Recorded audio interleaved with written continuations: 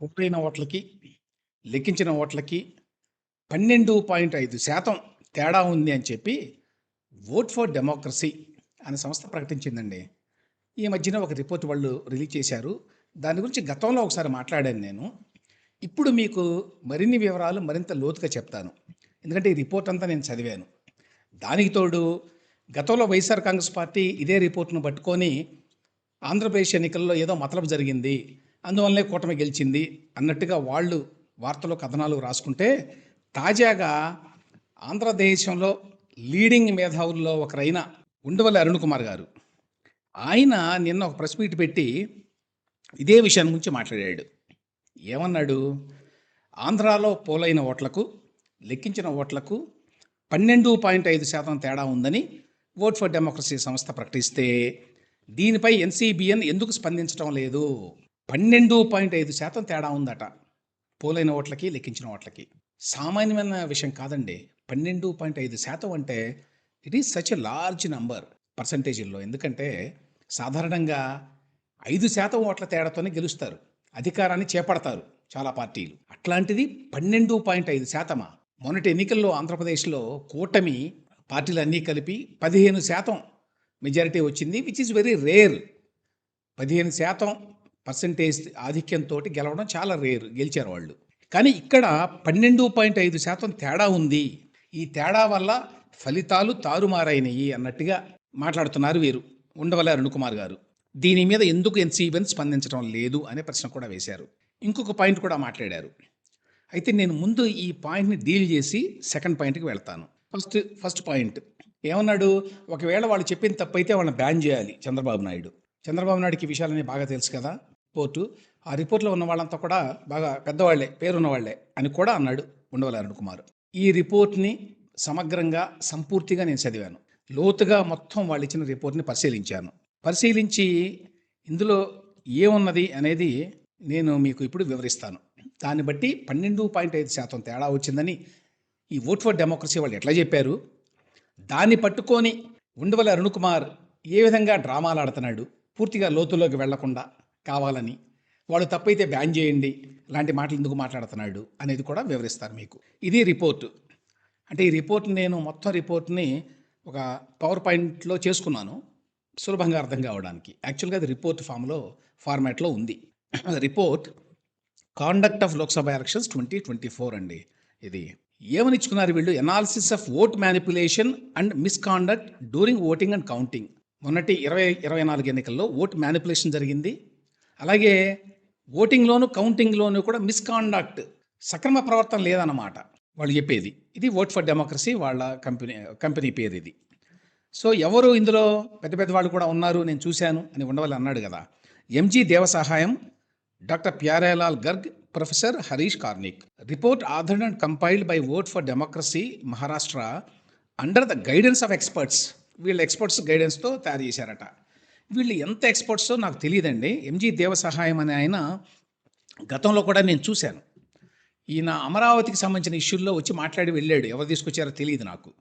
అప్పుడు కూడా మామూలుగానే అందరూ మాట్లాడినటువంటి రొడ్డకొట్టుడు విధానంలోనే మాట్లాడాడు ఆయన. అది ఏమాత్రం గ్రౌండ్ లెవెల్లో పరిస్థితులను పరిశీలించి మాట్లాడినట్టుగా అనిపించలే నాకు.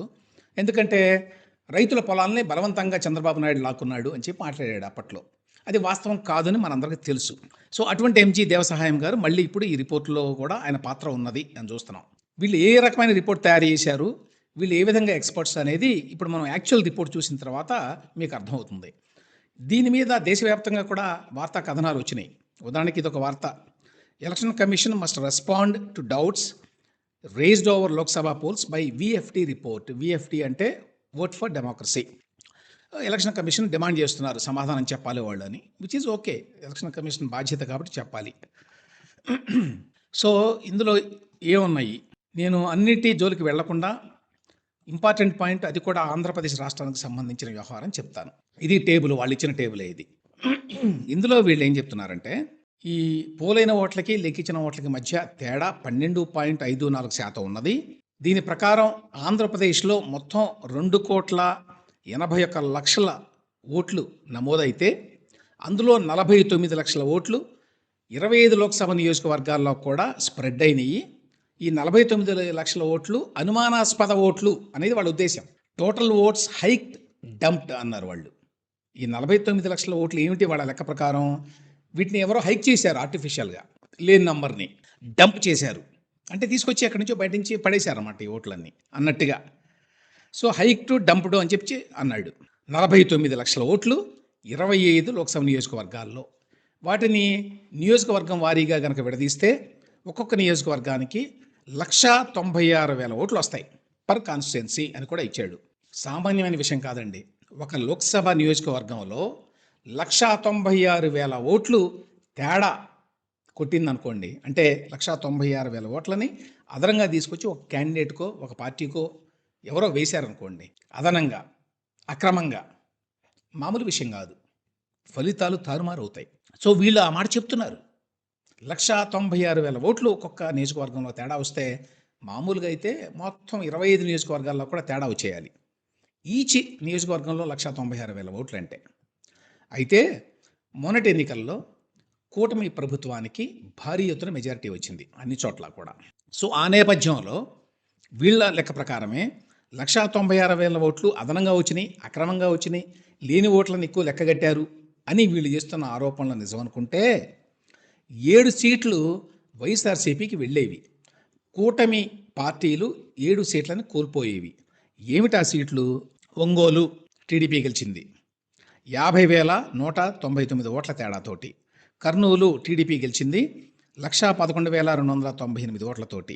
నంద్యాల 1,11,975 ఓట్లతోటి టీడీపీ గెలిచింది. హిందూపూరు 1,32,427 ఓట్లతోటి టీడీపీ గెలిచింది. నసరాపేట 1,59,729 ఓట్లతో టీడీపీ గెలిచింది. ఏలూరు 1,81,857 ఓట్లతో టీడీపీ గెలిచింది. అనంతపురం 1,88,555 ఓట్లతో టీడీపీ గెలిచింది. సో ఈ 7 చోట్ల టీడీపీ గెలవడానికి కారణం ఏమిటి అంటే, ఇక్కడ 1,96,000 కంటే తక్కువ మెజారిటీ వచ్చింది కాబట్టి 1,96,000 ఓట్లు అదనంగా వీళ్ళకి వచ్చి చేరినయి అక్రమంగా, దానివల్ల గెలిచారు అని చెప్తున్నాడు. దాని వివరణ ఇది, మరింత వివరణ ఇక్కడ చూడండి. అన్ని స్టేట్స్ ఇచ్చాడు. ఆంధ్రప్రదేశ్ నంబర్ 1. ఎందుకంటే 12.5%, 12.54% తేడా మరే రాష్ట్రంలో కూడా రాలా. కాబట్టి ఏపీ నంబర్ 1 పొజిషన్లో ఉందన్నమాట ఈ తారుమారు వ్యవహారంలో. ఎలిజ్డ్ తారుమారు అన్నమాట ఇది ఆరోపణ. ఏం చెప్తున్నారు? ఏమిటి వీళ్ళ బేసిస్ ఏమిటి?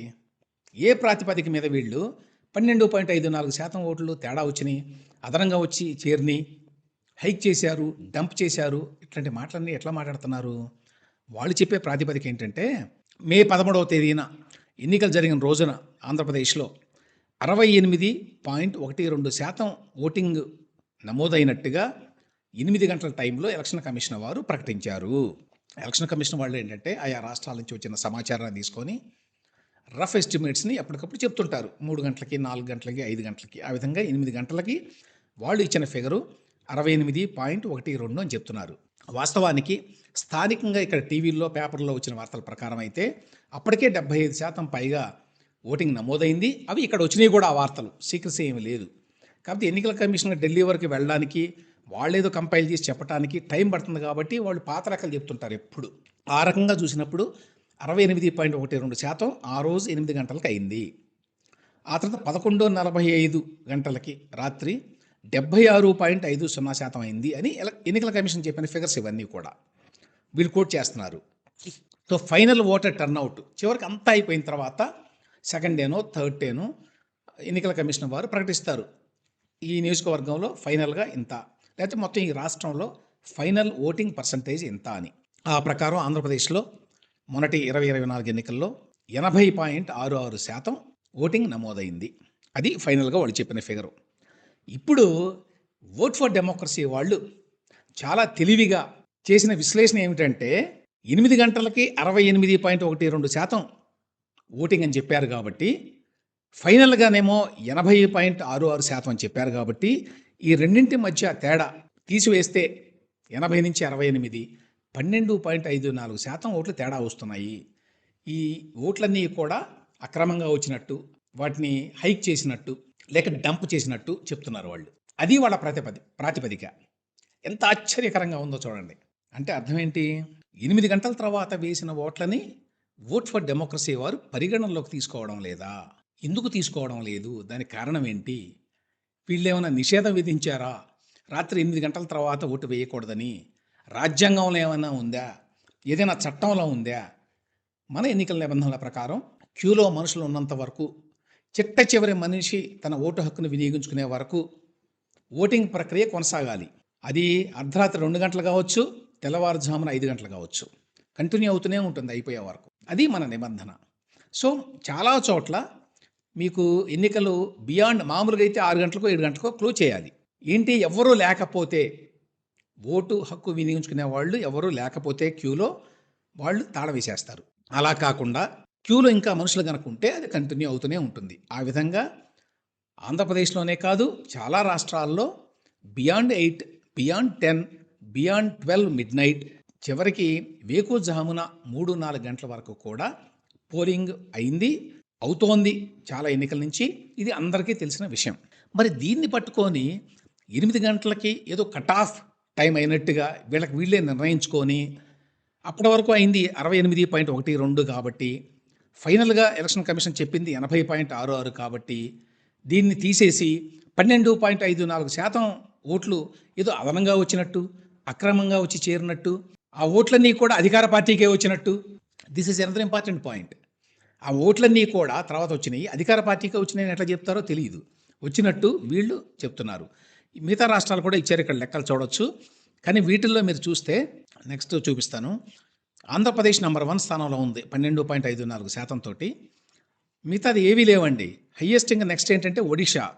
సో ఒడిశాలో 11.83% అన్నాడు. అంటే ఈ విధంగానే 8 గంటలప్పుడు ఎంత పడింది, ఆ తర్వాత ఫైనల్ టర్న్అవుట్ ఎంత, ఈ రెండింటి మధ్య తేడాను తీసి 11.83% ఎక్కువ ఓట్లు పడినాయి అంటాడు.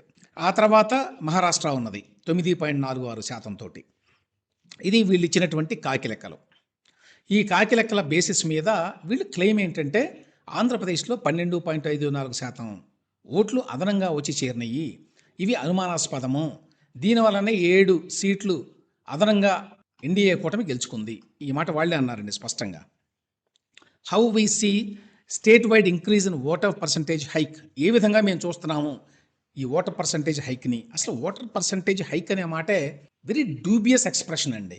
ఎందుకంటే ఓటర్ పర్సంటేజ్ హైక్ ఏమిటి?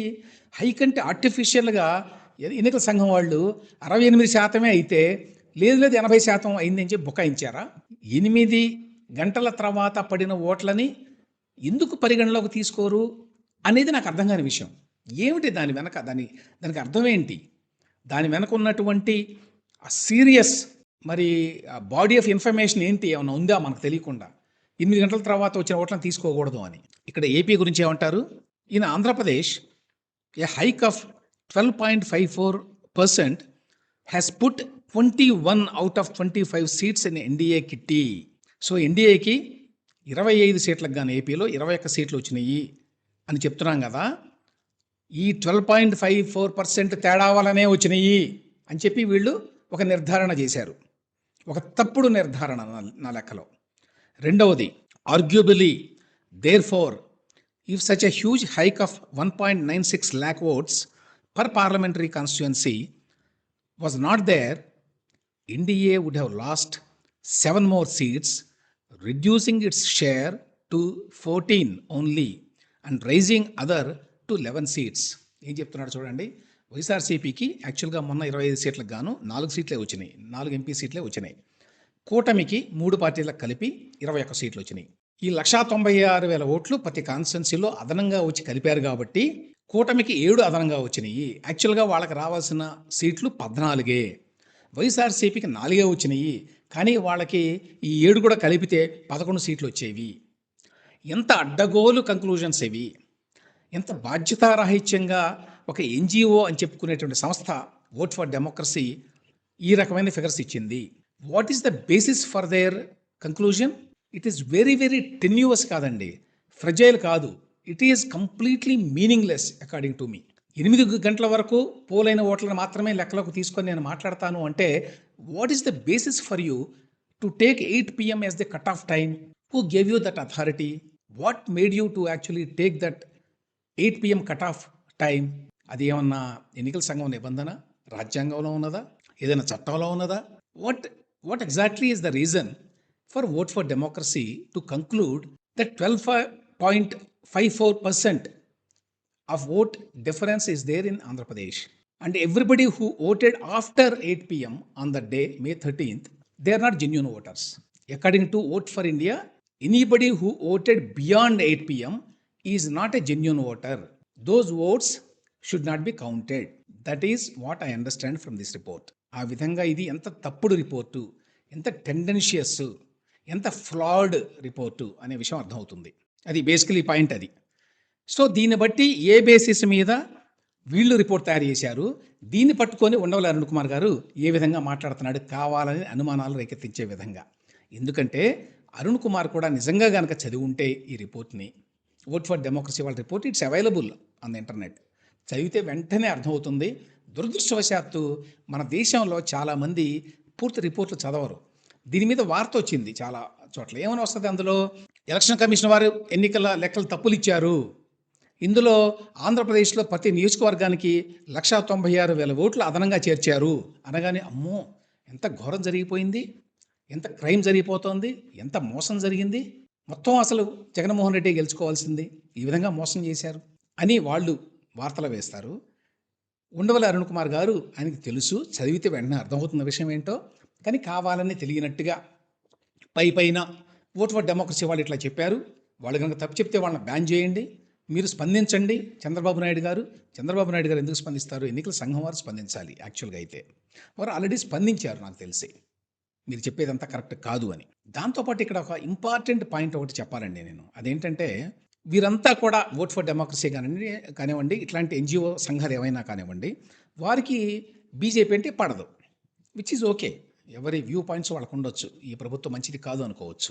కాకపోతే దాన్ని మీరు మనసులో పెట్టుకొని మొత్తం ఎన్నికల ప్రక్రియ మీద అనుమానాలు కలిగే విధంగా ఈ రకమైన రిపోర్ట్ తయారు చేయొచ్చా? Especially when it is not based on ground reality, it is not based on facts, plain facts.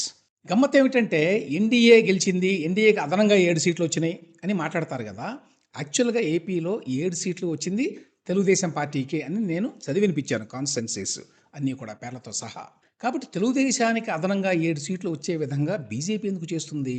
BJP తెచ్చుకోవచ్చు కదా, ఎందుకంటే బీజేపీ ఒక్కటే ఎక్కువ సీట్లను కోల్పోయింది ఆంధ్రప్రదేశ్లో లోక్సభ ఎన్నికల్లో పోటీ చేసిన సీట్లలో. మిగతా 2 పార్టీలు అంటే టీడీపీ కానివ్వండి, జనసేన కానివ్వండి, వాళ్ళు మ్యాక్సిమం గెలిచారు సీట్లన్నీ. కాబట్టి ఒకవేళ మ్యానిపులేషన్ చేయదలుచుకుంటే ఆ 7 సీట్లలో 2, 3 వాళ్ళు తెచ్చుకుంటారు కదా బీజేపీ వాళ్ళు. అదంతా ఎందుకు టీడీపీకి ఇస్తారు అనేది ఒక కామన్ సెన్సికల్ డౌట్. ఇంకొకటి, అసలు ఈ బేసిస్ మీద ఒక పెద్ద రిపోర్ట్నే తయారు చేశారు అంటే ఆశ్చర్యంగా ఉంది నాకు. 8 గంటల వరకు ఇంత ఓటింగు, తర్వాత final voting percentage election commission ఎంత చెప్పింది, ఎవ్రీ టైం ఇది జరుగుతుంది. ఎన్నికల్లో పనిచేసే వాళ్ళకి, ఎన్నికల ప్రక్రియలో పాల్గొన్న వాళ్ళందరికీ తెలుసు. నేను కూడా నా కెరీర్ స్టార్టింగ్ అప్పుడు లెక్చరర్గా పనిచేసినప్పుడు ప్రిసైడింగ్ ఆఫీసర్గాను, అసిస్టెంట్ ప్రిసైడింగ్ ఆఫీసర్గాను 2 ఎన్నికల్లో పాల్గొన్నాను. లోక్సభ ఎన్నికలు, రాజ్యసభ ఎన్నికలు. 1984లో యూనివర్సిటీలో ఉండగానే నాకు ఉద్యోగం వచ్చింది. వాళ్ళు జనం లేక మమ్మల్ని ట్రైనింగ్ పంపించి ప్రిసైడింగ్ ఆఫీసర్గా పంపించారు. అసిస్టెంట్ ప్రిసైడింగ్ ఆఫీసర్గా 2 చోట్ల చేశాను, మాచర్లలోను, మాచర్ల సమీపంలో ఒక విలేజ్లో కూడా.